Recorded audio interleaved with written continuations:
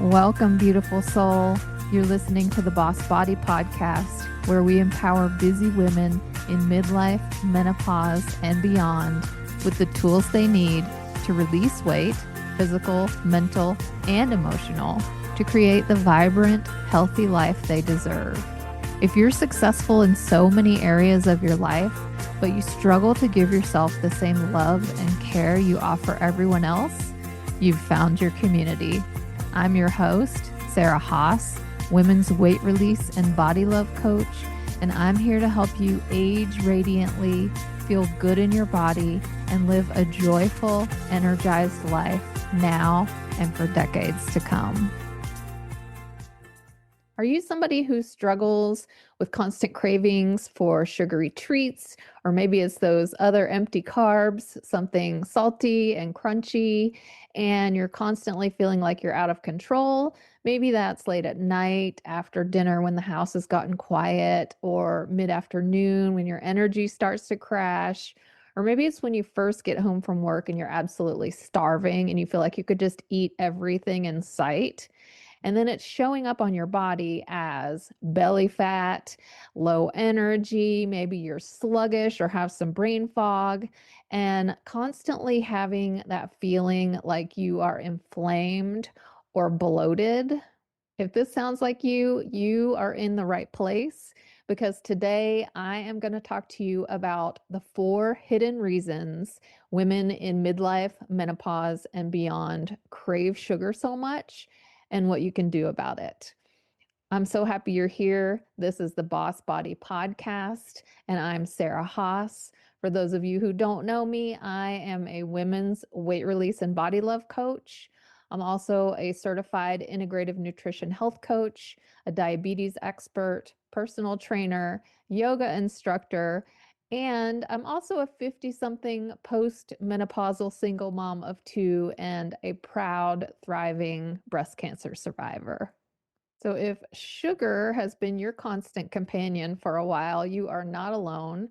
As a health coach, so many women come to me super frustrated because they want to get healthy, and then sugar keeps derailing their best efforts. Maybe they do great all day, and then comes evening after dinner and the sugar cravings come in and it's all over.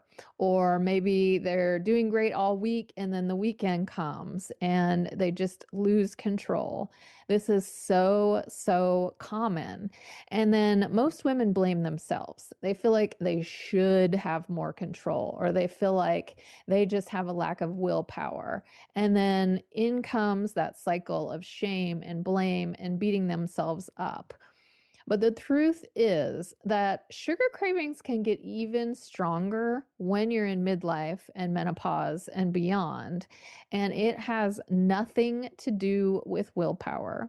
It is not your fault. This is not a moral failing. So let that blame of yourself go, because what I'm going to teach you today is going to help you realize that there is so much more going on behind the scenes with your body and with your hormones.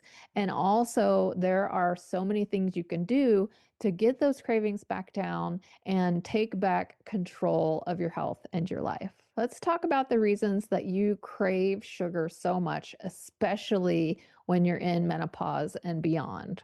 First of all, hormones. As you know, once you go through menopause, your hormones shift, your metabolism changes. Happens to all of us, right? It happened to me. And one of the things that affects is insulin, which is another hormone. And insulin is the fat storage hormone. And so what becomes very important is what foods you're eating and the timing of when you're eating. And those 2 things can make all the difference. Now, I am not talking about intermittent fasting. I'm not talking about doing anything restrictive. I'm talking about eating balanced meals at regular intervals. So all the meals that you eat need to have a good balance of your macronutrients. You need the fiber, you need the protein, you need the carbohydrates, you need the fat. And when you are eating in that balanced way, you prevent the insulin spikes because every time insulin spikes, you're storing more fat. So if you don't have a balanced meal, if you're just eating something sweet, your insulin is going to spike and that's going to come in and cause you to store fat, especially around that dreaded midsection, which is the one we're all concerned about, right? Us midlife women always hate that belly, that spare tire, whatever you want to call it. So, what foods you're eating and how you're balancing your plate is the first thing. And the other thing is the timing of your meals. So you don't want to go long periods without eating. And sometimes intermittent fasting can actually backfire on you because your blood sugar tanks and you're starving. And so you grab something, which is usually sugar or those empty carbs, then your insulin spikes and you store all that as fat. So it matters what's on your plate and it matters when you are eating. And once you get those two things in line, your insulin levels stay stable and then you're not constantly storing fat all day long. The second reason we're craving sugar so much is that it is absolutely addictive. It is lighting up pleasure centers in your brain much like drugs. They have done scientific studies where they can see what sections light up in your brain when you eat sugar. So sugar feels good. And when you want to feel good, you want that quick fix. And so you eat the sugar. And that gets you hooked. Your brain keeps wanting to go back to it again and again and again. And unfortunately, it's in everything. If you start reading labels, you'll see it is in yogurt, it is in tomato sauce, it is in almost everything. And that's because the food industry knows it's addictive. They know it makes everything just taste a little bit better. And when you get a taste for that sweet and you're used to it being in every food, of course, when you taste food that doesn't have sugar added, you're going to feel like, something's missing here. So they have started adding it to every single thing just to keep you coming back for more and more and more. And it is specifically designed to get you to do just that. The third reason that our sugar cravings are so strong has to do with stress. And I get it. I am a woman in midlife. I am juggling all the things. I'm an entrepreneur. I'm a mom. I'm an empty nester. My two kids are in college. I know some of you are taking care of aging parents. Maybe you have grandkids. Maybe you're going through some other kind of life shift like retirement or starting a new job or divorce. I know well how that can affect your life. And when we are under constant stress, that affects our hormones as well. And it's cortisol. Cortisol is a hormone that constantly gets pumped out when you are under stress. And so many of us are juggling all the things day after day that our stress level is up to here. And we talked about insulin a minute ago. When cortisol is high, insulin is also high. And insulin is that fat storage hormone. So if we don't find ways to bring our stress level down, we're constantly living in that cycle of high cortisol, high insulin, and fat storage. And the fourth one can be the toughest. And that is that so many of us use food, especially sugar or empty carbs, as an emotional crutch. I told you that sugar lights up those pleasure centers in your brain. And when we're stressed, when we're lonely, when we're bored, we eat because we need that boost.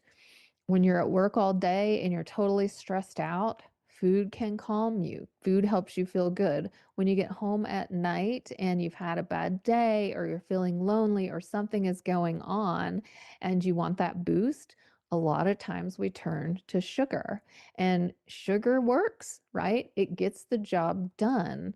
but it's only temporary.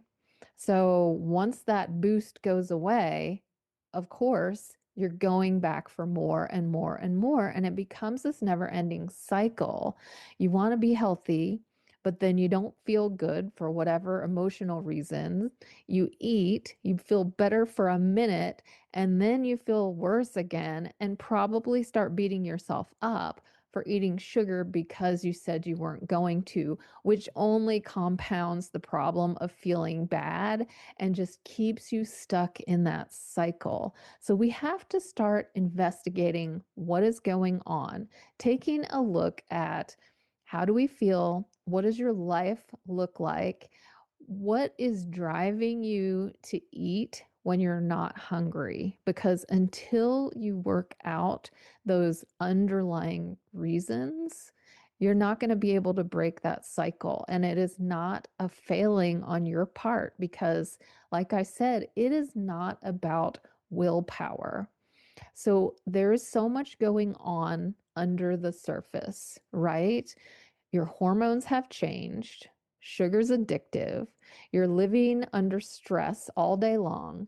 And when you're stressed, you eat to feel better because it gives you that emotional boost.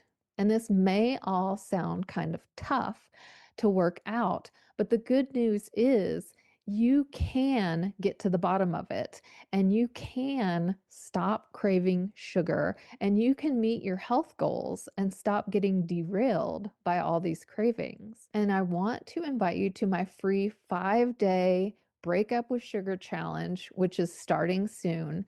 I designed it specifically for women in midlife who want to get healthy and want to get off this sugar train. No, it's not about being perfect. No, it's not about never being able to enjoy treats or eliminating anything forever. I am a self-proclaimed chocoholic, and I do not intend to never eat chocolate again. But sometimes just a short reset, this is only 5 days, can go so long into calming your cravings, kind of wiping the slate clean, getting your blood sugar stable, and bonus, getting your energy balanced so you're not dealing with that spike and crash all day long. So you can have energy all day from the time you get up till the time you go to bed. So here's what we'll be doing. During the 5-day Break Up with Sugar Challenge, I am going to guide you each day step by step with simple daily actions. We're going to clear out those temptations, those sugar triggers. I'm going to teach you how to build balanced meals so that you can stabilize your cravings. We're going to talk about fat loss and hormone support. We're going to talk about what foods you need to add in to naturally bring those cravings down. And we're going to go a lot deeper into understanding what your cravings are really trying to tell you. What's so awesome about this is you don't have to do it alone. I'm going to be there each day to coach you, to answer questions, and to support you through this process. So let's take a second just to imagine how good you could feel if you had control over sugar and over your cravings.